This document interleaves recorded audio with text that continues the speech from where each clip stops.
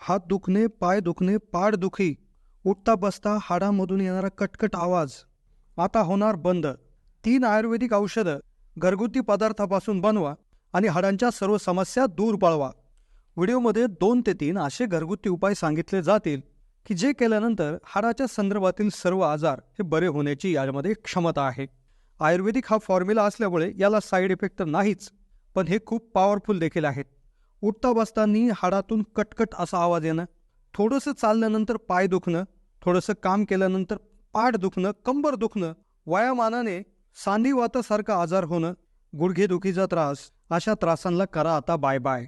तर व्हिडिओमध्ये आपण डिटेल माहिती जाणून घेणार आहोत की हाडाच्या संदर्भातील म्हणजे हाडाचा आवाज येणं किंवा इतर दुखण्यांचे काय कारणं असतात, काय काळजी घ्यायला पाहिजेत, आणि व्हिडिओच्या शेवटी काही असे घरगुती 2 ते 3 उपाय जे आयुर्वेदिक फॉर्म्युला आहेत, खूप पॉवरफुल देखील आहेत, याची सर्व माहिती. तर व्हिडिओ शेवटपर्यंत पाहत राहा. चॅनलला नवीन असाल तर जरूर सबस्क्राईब करा. हाडांच्या संदर्भातील आजारांवर घरगुती उपाय, त्याची कारणे आणि आयुर्वेदिक पॉवरफुल उपायांविषयी माहिती. काय होतंय आजकाल तरुण मुलांमध्ये किंवा तरुण लोकांमध्ये देखील हाडांचा म्हणजे उठता बसता हाडांचा आवाज येणं, पायामधून कटकट सरचर असा आवाज येणं ही एक समस्या आता नॉर्मल झालेली आहे. आता हाडांमधून कटकट आवाज येणं, चालताना आवाज येणं, उठल्यानंतर आवाज येणं, बसताना आवाज येणं, गुडघ्यामधून, कोपरामधून किंवा पायाच्या घोट्यापाशी आवाज येणं, ही गोष्ट आता कॉमन झाली. पण या आवाजामागचं कारण नेमकं काय आहे किंवा हे आवाजाचं म्हणजे कशाचं लक्षण आहे? तर हे जर लक्षात घ्यायचं झालं, जर आवाज कटकट असा आवाज येतोय आणि जर तुमचं वय 40च्या आत असेल, तुम्हाला कुठलाही त्रास होत नसेल, जर कुठले हाड दुखत नसेल किंवा कुठले गोटे वगैरे सुजत नसतील, काहीच होत नसेल, तर समजून घ्यायचं आहे हे नॉर्मल आहे. मग काही त्रास न होता जर हाडांमधून आवाज येत असेल, जॉईंटमधून आवाज येत असेल, तर त्याला सायंटिफिक भाषेमध्ये क्रेपिटस असं म्हणतात. म्हणजे ही एक अशी गोष्ट आहे की शरीरामध्ये जेव्हा पचन क्षमतेमध्ये ज्यावेळेस बिघाड होतो आणि शरीरामध्ये वात ही समस्या खूप मोठ्या प्रमाणावर वाढून जाते, तर त्यावेळेस जे काही आपले हाडं आहेत, तर त्या हाडांचा जो जॉईंट असतो, उदाहरणार्थ कोपरामध्ये, आपल्या घोट्यामध्ये किंवा आपल्या गुडघ्यामध्ये जो जॉईंट असतो, तर त्या जॉईंटच्या मध्ये असणारं जे काही लिक्विड असतो, तरल पदार्थ असतो, त्यामध्ये तयार होतात बुडबुडे आणि हे बुडबुडे फटाफट ज्यावेळेस फुटतात, तर तोच बाहेर आपल्याला आवाज ऐकू येतो आणि तोच आपल्याला कटकट सारखा आवाज येत असतो.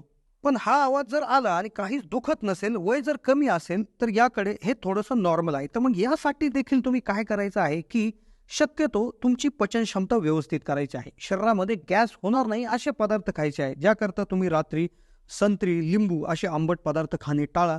फर्मेंटेड पदार्थ म्हणजे दूध, दही, त्याचबरोबर पाव म्हणजे जे फर्मेंट केलेलं आहे, ज्यामध्ये बिअरही येऊ शकते, तर असे पदार्थ शक्यतो रात्री घेणं टाळा.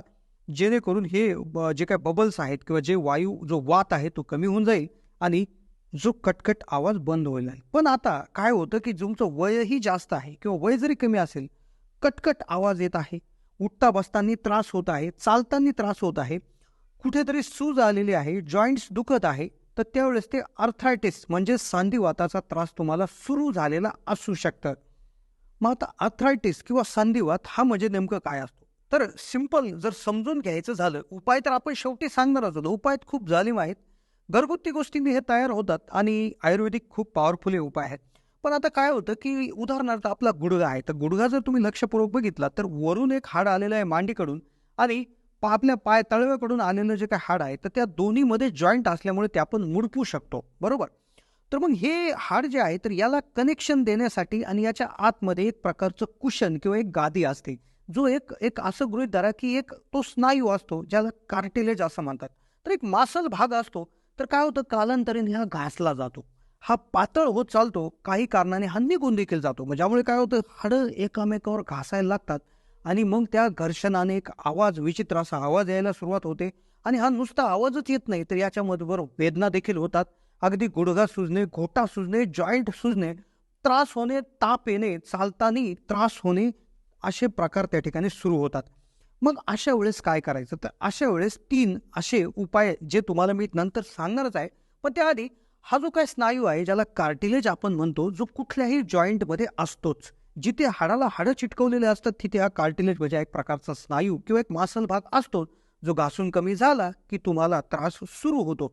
मग आता हा जो काही मासल भाग आहे, कार्टिलेज आहे, तर याच्यामध्ये 90% कोलॅजन नावाचं केमिकल असतं. आता कोलॅजन हे असं केमिकल आहे की ज्यापासनं तुमचं हे मांसल भाग तयार होत असतो.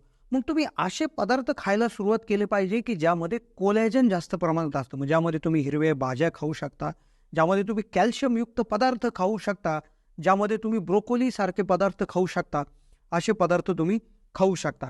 यामध्ये तुम्ही काही मसाले जे आहे, ज्यामध्ये अद्रक, लसूण, त्याचबरोबर जिरे, त्याचबरोबर ओवा असे पदार्थ देखील शरीरामध्ये घेऊ शकता. पण आता काही असे 2-3 उपाय आहेत, तर त्याची आपण माहिती घेऊयात.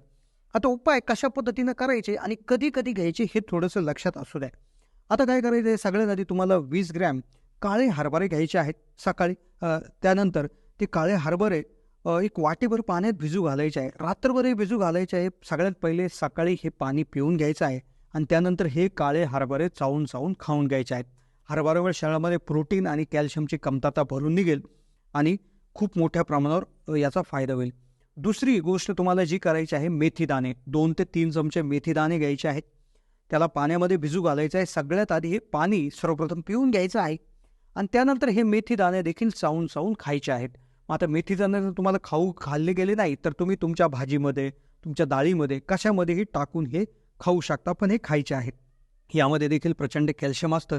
अँटी इन्फ्लामेटरी प्रॉपर्टीज म्हणजे जर कुठे सूज आली असेल तर ती सूज कमी करून तुम्हाला खूप मोठा लवकर रिझल्ट देण्याची क्षमता या मेथीमध्ये असते. आता तिसरा उपाय आहे तुम्हाला जो करायचा आहे. आता उदाहरणार्थ हे जे 2 उपाय सांगितले हरभरा आणि मेथीचे, तर हे तुम्हाला एका दिवसाआड एक करायचे आहेत. म्हणजे तुम्हाला साधारणपणे 1 दिवस हरभरा घेतला, मध्ये गॅप देऊन नंतर मेथी, नंतर हरभरा, परत गॅप, परत मेथी, म्हणजे एकाड एक दिवस तुम्हाला हे करायचं आहे.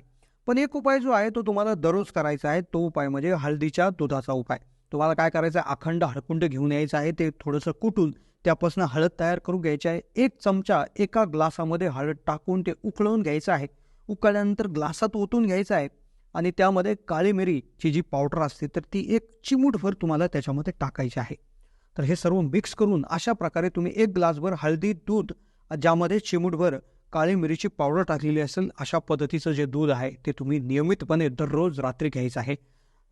काळे हरभरे आणि मेथी याचा उपाय एका दिवसाआड करायचा आहे, पण दुधाचा उपाय हा डेली करायचा आहे. हळदीमुळे शरीरामध्ये असणारे इन्फेक्शन्स कमी होऊन रोगप्रतिकारक क्षमता प्रचंड प्रमाणात वाढून दुधामुळे कॅल्शियम मिळेल आणि प्रचंड असा रिझल्ट याच्यामधून येत आहे, असं भरपूर जुन्या लोकांकडून आम्हाला समजलं आहे. पण जर त्रास भरपूर वाढला किंवा फारच त्रास होत असेल तर नक्कीच तुम्ही तुमच्या नजीकच्या डॉक्टरांकडे जाऊन पुढील टेस्ट करून घ्याव्यात आणि उपचार करून घ्यावं असा आमचा तुम्हाला सल्ला असेल. तर ही होती माहिती. कशी वाटली माहिती कमेंटच्या माध्यमातून कळवायला विसरू नका. चॅनलला नवीन असाल तर जरूर सबस्क्राईब करा. कोणत्या विषयावर व्हिडिओ आवश्यक आहे ते कमेंटच्या माध्यमातून कळवा. धन्यवाद.